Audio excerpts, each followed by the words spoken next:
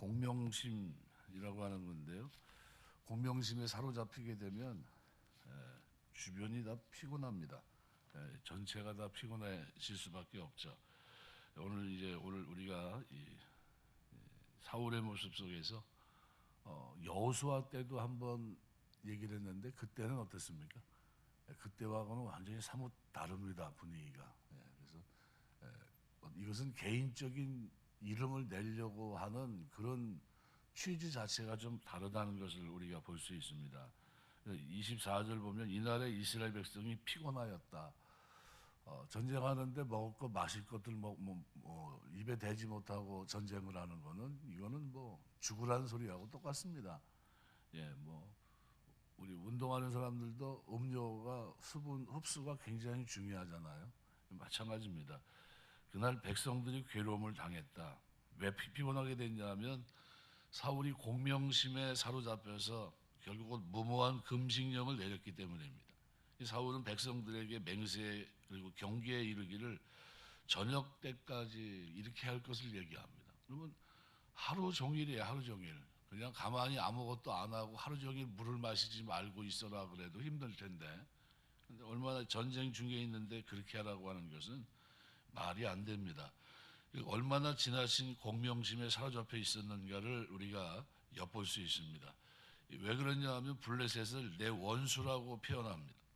그러니까 사울이 블레셋에 대해서 내 원수라고 한 것은 요나단이나 다윗이 블레셋에 대해서 할례 없는 족속이라고 표현한 것과는 상당한 거리가 있습니다. 내 원수라고 하는 표현은 개인의 증오심에서 비롯된 표현입니다.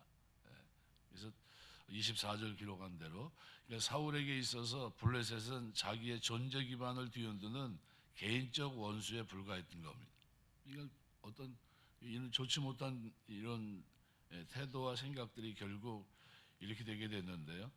결국 그들은 기진해서 블레셋 군대를 완전히 섬멸하지 못합니다.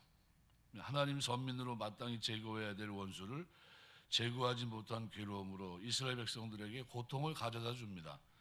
또 31절 이하를 보시면은 먹지 못해 기진맥진한 이스라엘 백성들은 사울이 금식 시한으로 정한 저녁이 이르자 탈취한 짐승들을 끌어내어 그것을 땅에서조차 어떻게 했습니까? 피채로 먹어버려요. 피 있는 채로. 피채 먹지 말라고 하는 하나님의 금령은 이미 레위기 17장 10절에서 14절의 기록에 있습니다. 이걸 어긴 겁니다. 뭐 때문에 이렇게 된 겁니까? 사울의 이 공명심, 그죠? 이 무모한 이 금식령은 이스라엘 백성들에게 중대한 죄를 범하게 하는 괴로움을 더해줬던 겁니다. 뿐만 아니라 사울의 이 무모한 금식령은 이 전쟁의 영웅인 요나단을 죽음으로 몰고 갈 뻔했습니다. 이것이 얼마나 잘못됐냐는 거죠.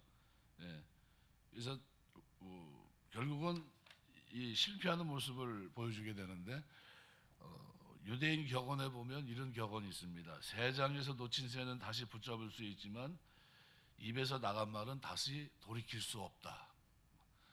그렇죠? 입에서 나간 말은 굉장히 조심스럽게 해야 된다는 겁니다. 경솔한 말을 조심하라는 거죠.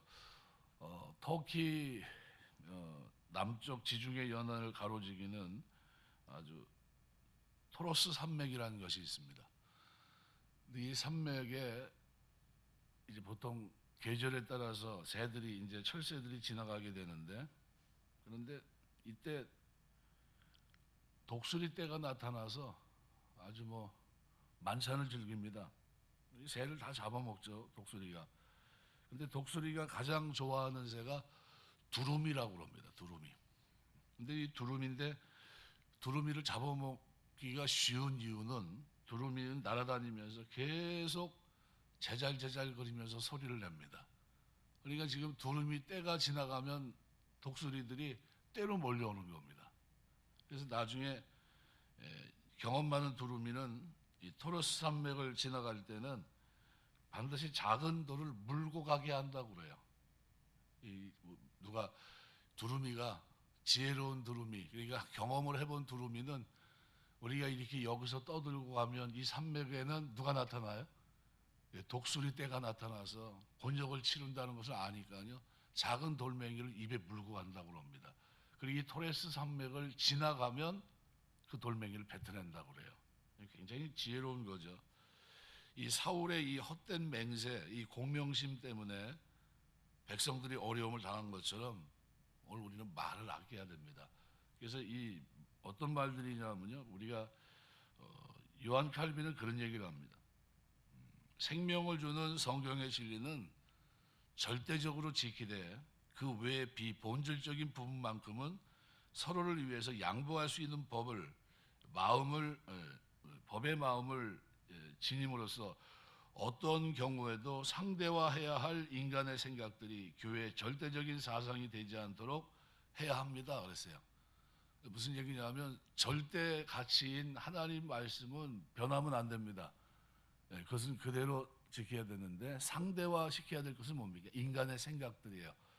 얼마든지 달라질 수 있습니다. 받아들여야 되고요. 폭이 넓어야 됩니다. 그것을 인간의 생각을 공명심에 사로잡혀 절대화시키면 안 됩니다. 주로 독재자들이 그런 일들을 많이 하죠. 안 좋은 어리석은 독재자들은 공명심에 사로잡혀서 그것이 마치보가 된 것처럼 자신이 권위가 말에 있다고 착각을 하면서 그 말로써 사람들을 어떻게 해요? 옥죄입니다. 근데 이런 것들은 올바르지 못합니다.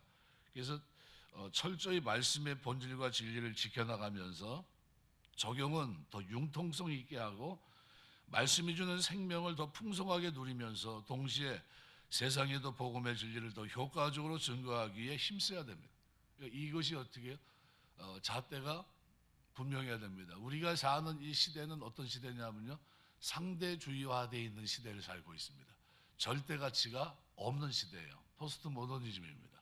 그러니까 우리가 종교다원주의 시대를 살아가잖아요. 다양한 영역 속에 지금 있습니다. 그리고 그것을 서로의 권리를 인정해줘요. 그럼 어떻게 상대화를 지금 어떻게 해요?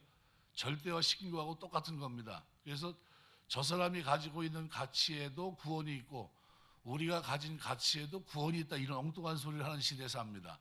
이런 시대에서 우리의 믿음을 지키려면 절대화 시킬 수 있는 것은 하나님 말씀밖에 없고, 그죠? 상대화 시킬 수 있는 저런 그 세상적인 그리고 저들이 가지고 있는 가치들은 얼마든지 변할 수 있는 유동적인 거다라는 것을 우리가 바르게 인식하셔야 됩니다.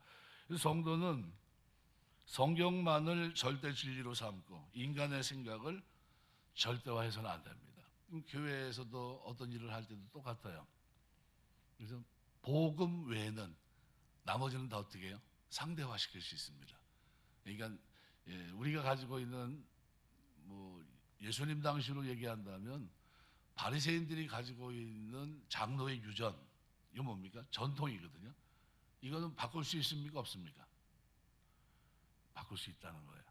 그러나 하나님 말씀은 이걸 상대화시키면서 시대에 따라서 바꾸게 상황 윤리를 적용하려고 하면 됩니까? 안 됩니까? 그건 안 됩니다. 절대 가치예요. 그거는 바꿀 수가 없는 겁니다. 그러나 장로의 유전은 얼마든지 어떻게 해요? 시대에 따라 달라집니다. 16세기에 썼던 언어와 21세기에 쓰고 있는 언어는 같은 단어지만 다양한 의미로 쓰이고 있거든요. 그거는 얼마든지 어떻게 해요? 변화가 가능합니다. 그죠? 의미가 달라졌기 때문에 그런 부분에 있어서의 어떤 변화들은 필요하지 않나.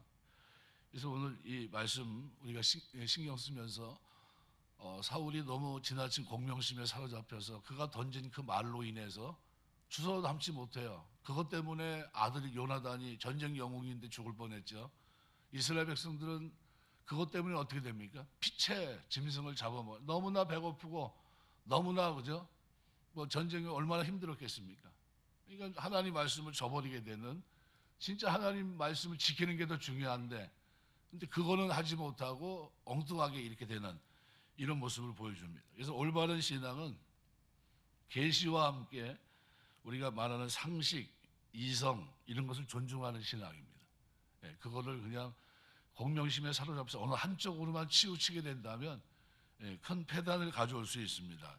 사울의 이 금식령에 대한 백성의 이야기를 들은 요나단의 반응이 29절, 30절에 기록이 되어 있는데, 요나단은 백성을 통해서 사울의 맹세와 저주에 대한 이야기를 듣고 오히려 비판 섞인 탄식을 합니다. 부친 사울이 무모하고 어리석게 행동하면서 오히려 상황을 악화시켰다는 겁니다. 이 부친의 어리석음에 대해서 탄식하기를 소량의 꿀을 먹은 것으로도 원기가 회복되었는데 적으로부터 탈취한 것을 먹었다고 한다면 이스라엘 백성이 얼마나 더 힘을 얻어 성공적으로 전쟁을 할 수 있었냐 이 얘기입니다. 신명기 20장 14절에서 20절 말씀대로 적으로부터 얻은 것으로 보급을 삼는 이것은 성경적입니다. 그래서 이것은 병법상 상식입니다. 병법 가운데서도 이것을 역으로 이용하는 견벽청야라고 하는 것이 있습니다. 적이 쳐들어올 경우 성벽을 굳게 지키되 적이 머물만한 곳에 우물을 막고 식량을 불태워 버리면서 적으로 하여금 현지에서 보급품을 얻지 못하도록 하는 거죠. 지금 요나단은 이러한 말씀과 병법적 지식에 기초해서 부친 사울의 어리석음을 탄식한 겁니다. 저들을 향해서 좋지 못한 태도를 가지고서 아주 비판적인 태도를 가지고서 그렇게 했던 겁니다. 여기서 우리는 중요한 교훈을 얻을 수 있습니다. 앞서 요나단은 한 명의 호위병만 데리고 적신에 들었을 때 사울 역시 전쟁 가운데 금식령을 선포했습니다. 그러나 이 둘 사이에는 대단히 큰 차이가 있습니다. 요나단의 행동은 철저히 말씀과 신앙에 기초한 믿음이 출발점이라고 한다면 이것은 이성과 상식이 조화되어 있다는 거죠.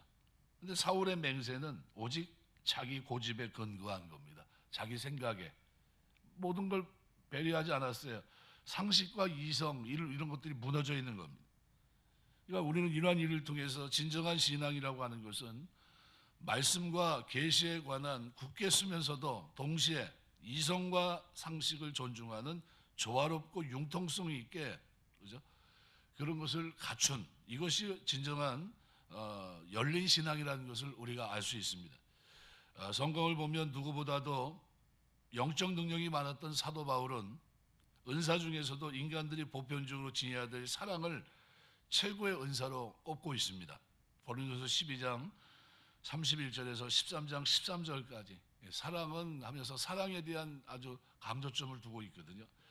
교회와 성도를 책임진 일꾼을 선발하는 기준으로 무슨 신비 체험이나 이상한 능력을 얘기했던 것이 아니라 디모데후서 3장 1절에서 13절이나 디도서 1장 6절에서 9절 말씀을 보시면 믿음과 아울러서 정직과 성실 이것을 매우 상식적인 자질로 우선시했습니다.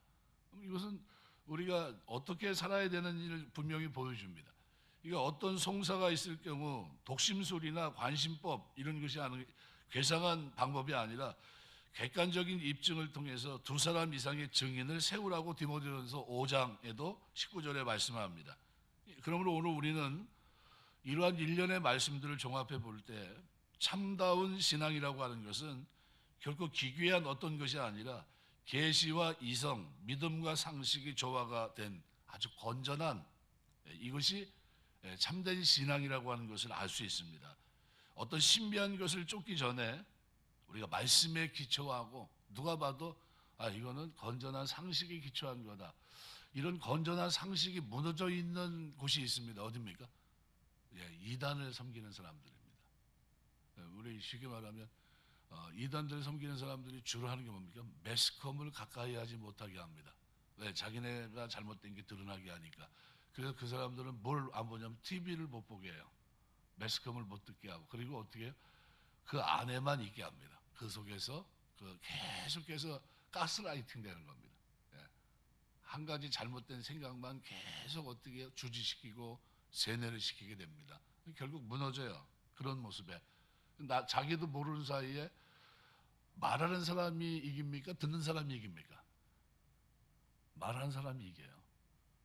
듣는 사람이 지게 되어 있습니다. 왜요? 계속 듣게 되니까요. 우리가 신앙생활을 하는 동안 하나님 말씀을 읽고 들으면서 우리가 하나님 말씀 앞에 올바른 신앙의 자세를 견지하고 또 살아가면서 건전한 상식을 가지고 칼빈이 얘기한 그대로 생명을 주는 성경의 진리는 절대적으로 지키고 그 외 비본질적인 부분만큼은 서로를 위해서 양보할 수 있는 넓은 마음을 지니면서 어떠한 경우라도 상대화해야 될 인간의 생각들이 교회의 절대적인 사상이 되지 않도록 조심하셔야 됩니다. 이것이 칼빈이 우리에게 주장하고 있는 바입니다. 말씀을 맺겠습니다. 우리가 신앙생활 좀 하면서 오늘 사울의 이 모습을 우리가 들여다보고 있는데요. 이렇게 지금 우매한 지도자가 한 명 쓰게 되면, 그죠? 백성 전체가 힘든 겁니다. 공산주의를 주장하고 있는 중국의 시진핑 한 사람 때문에 무슨 생각을 가지고 있습니까? 그가 모두가 전체가 다 같이 잘 사는 세상 이렇게 얘기했는데 지금 전체가 잘 살고 있습니까? 아니면 어떻게 됐습니까? 완전히 박살났습니다. 예. 그래가지고 그 사람을 뭐 어떻게 더 이상 이제 같이 집단 지도 체대에서 자기가 이제 혼자 이렇게 지도하려고 했었는데 지금은 아마 쫓겨나야 되는 그런 처지에 놓인 거로 지금 알고 있습니다. 잠언 17장 12절 말씀에 보면 차라리 새끼 빼앗긴 암곰을 만날지언정 미련한 일을 행하는 미련한 자를 만나지 말 것이니라. 우리가 내가 어떤 사람인가 지혜로운 사람이 돼야 됩니다. 공명심에 사로잡혀서 내 생각을 말씀 위에 두면 안 됩니다. 어떻게 됐든 하나님 절대 말씀은 지켜야 될 말씀이고요.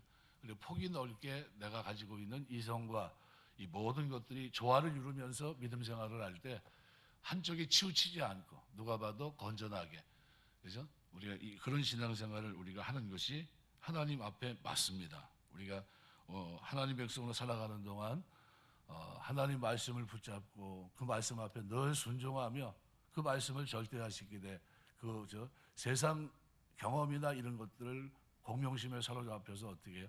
절대화하는 이런 누를 범하지 말아야 됩니다. 그것이 결코 하나님 말씀보다 위에 있을 수는 없다는 거죠. 우리가 늘 기억하시면서 여러분 좋은 관계, 그죠? 성도 간의 관계도 좋게 하시고 좀 부드럽게 하시고 그리고 하나님 말씀을 지키는데도 힘있게 주님을 섬기는 그런 은혜와 복이 저와 여러분의 신앙생활 속에 있게 되시길 주의 이름으로 축원합니다. 기도하겠습니다.